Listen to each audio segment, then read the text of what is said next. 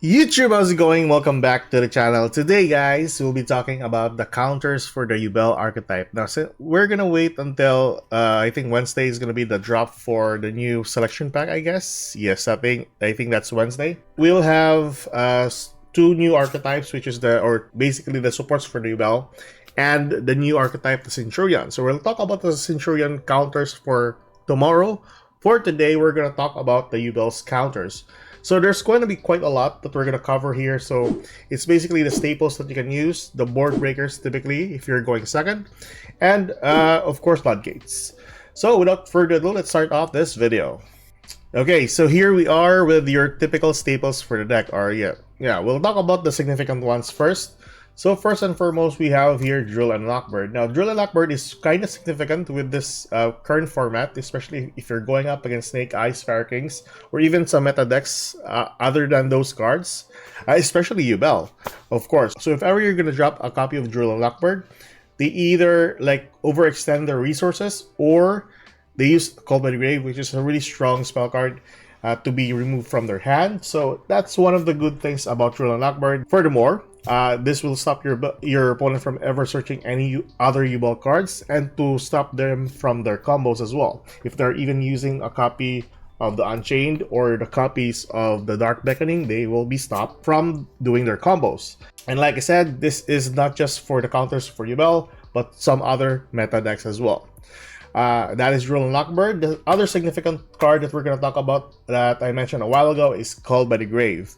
Now, Called by the Grave is one of the strongest spell cards there is. Basically, you just remove the copy of any monster from the graveyard and it can be banished and negate its effect entirely with the same name for 2 turns. So what this card can do up against a Yubel deck, first and foremost, if your opponent drops a copy of Spirit of Yubel to the graveyard, you can just Call by the Grave that card, banish it, and then it can negate its effect. So furthermore, removing the effects of Spirit of Yubel. The purpose for that is so that your opponent cannot contact fuse with the monster from the graveyard and then spin them back to the deck if ever need be, just to summon the copy of Phantom of Yubel to the field. Furthermore, the negation of Spirit of Yubel is really significant because most of their combos rely mostly of summoning the copy of Yubel to the field if ever you have a copy of Spirit of Yubel, which is a really good showstopper up against that type of deck. So that is Called by the Grave, your 2 strong staples that you can use up against a Yubel deck. The minor ones we'll have here is first and foremost DD Crow. Now, DD Crow is the lesser version for the Bestial monsters, and the main purpose for this is just banishing a copy of Spirit of Yubel or any Skirmer in the graveyard usually, or even the Samsara you can just remove from the grave. That's one of its go-to targets for this card. But I do prefer just going with the Bestials if ever you're going up against a dark deck. Now, take note, Bestials has or only be targeting dark and light monsters in the graveyard, whereas DD Crow can just target 1 card in your opponent's graveyard. So that's one thing to take note about those 2. But yeah, that is DD Crow for you. Let's move on to the other remaining cards. Next up, we have a copy of Ghost Ogre and Snow Rabbit. Now, Snow Rabbit, typically, once a card is activated on the field, you can just pop it. That way, in case they're going to use the copy of the Nightmare Throne or the Nightmare Pain, they can't search out a card or even pop a card from their deck to the graveyard. So that's one good strength with the Snow Rabbit. The last cards are basically the Bestial monsters, so the copy of Magnemite, the copy of Saronir, the copy of Drewsworm, and lastly the copy of Baldrake.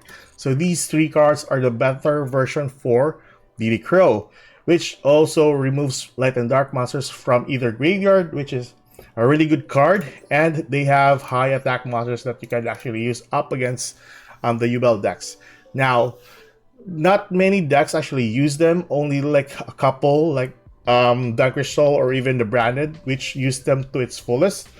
But I do believe there are strong cards to go up against Yubels, especially when majority of the archetypes attribute are composed of dark monsters. Or I think all of the attributes in their arsenal are dark monsters. So that is a really good counter. Just removing them from the graveyard and they can't even contact fuse if ever that would be the case. That is the strength of Bestials, and that is your typical staples that you can counter with the Yubel deck. And with that, let's move on with our board breakers. Okay, so for our next coverage, we'll have the board breakers. So there's only like a couple of cards here, not that many. So in general, we're just gonna talk about the board breakers, which are Lava Golem, the Santa Claus, the Kaiju's perfectly for just one monster that you can tribute, and the Winged Dragon of Ra Spear mode, which tributes 3 monsters on the field, which is pretty good as well. These 4 cards can be used in a multitude of ways, and I think that it's based on what deck that you're even using, except for Santa Claus and Spear mode. But yeah, these 2 cards here, like the Lava Golem and the Kaiju's, are widely used in Kashtira decks. But yeah, there are really good board breakers up against Yubel as well, if ever they establish their board, or even have a copy of the Phantom of Yubel to the field. That way, once they are removed, you can just freely attack their life points if ever need be. So that is your monsters. For the spell cards, we'll have the Regeki, which destroys all face-up monsters on the field. For back rows, you'll have the Harpies, Lightning Storm for face-up attack, and then back rows, your typical triple tactics talent, and lastly, your Cosmic Cyclone. So I do believe like having a copy of triple tactics talent works in a multitude of ways, and not just for Yubels. I reckon. So control the card or look at your opponent's cards, draw 2 cards, one of the strongest cards to ever being printed for the game. Cosmic Cyclone is also one good card as well. If ever your opponent is trying to search out a copy of a Yubel card, you can just remove the field spell or even the Nightmare Pain if ever that would be in a scenario. So I think that's basically it. Oh, we forgot one more card here. So we'll talk about as well Evenly Matched. So not many decks are actually using Evenly Matched, only like a couple, especially if you're using Labyrinth. People are using Evenly Matched as one of its go-to cards, since they are also using Rollback. This is an underrated card that has a lot of good potential, especially up against the meta nowadays. Snake Eyes and Fire Kings really just get destroyed, and also Rescue Ace. Take note, you just need 1 copy of this and a copy of Rollback in your graveyard, and then you can just basically remove every card on the field. So that is a really strong card if ever you're gonna use it. And not just if you're using Labyrinth, but in general. In other decks, you need to use 3 copies of this just to have this spawn on your draw phase. That is your typical board breakers. Oh yeah, so let us talk about Floodgatey cards. Alrighty guys, so here we are with the Floodgates. So as you might know, I'm not really a fan of Floodgates because they tend to like destroy the fun of the deck. Regardless, they're still really good counters up against meta decks, or yeah. First and foremost, we're gonna talk about the cards that can banish cards. So we have here the Shifter, the Dimensional Fissure, and a copy of Macrocosmos, which is typically still on 3 copies in Master Duel. Oh my gosh, god damn it. So, oh yeah, we should include also Summon Limit, which is another good Floodgatey card, I would guess. There we go. So, yeah, by next week we'll have this to 1 copy, and the rest is gonna be still in the same copies. So, like I said, banishing cards, Shifter, Fissure, and Macrocosmos, really good counters against meta decks nowadays, not just Yubel. If ever they send cards to the graveyard, you just banish it and they will instantly scoop most of the time. Unless they're using Kashtiras. Yes, it happens. Next up, we also have Summon Limit. Usually, this is not really a strong counter to Yubel, but this is like a minor good choice if ever your opponent has the combo deck for the Yubel. And I mean combo deck, they are using the Dark Beckoning and the copy of the Unchained cards to make a board. So that's still pretty good though. I mean, it's not half bad, and if you're not going up against a Yubel deck, it's a really good counter to even Snake Eyes or Fire King, so take your choice. Next up, we also have the Eradicator Virus and the Deck Devastation Virus. So these cards, you need to sacrifice a monster with 2,000 or more attack or 2,500 more attack. So typical decks that use this is the Labyrinth still, alongside the Evenly Matched that we talked about earlier. But yeah, if ever you want to use this, this is a pretty good counter against that type of deck or the Yubel deck, since this destroys any monsters 1/5 or lower on their hand and on the 3 turns that your opponent draws the card, which is pretty good.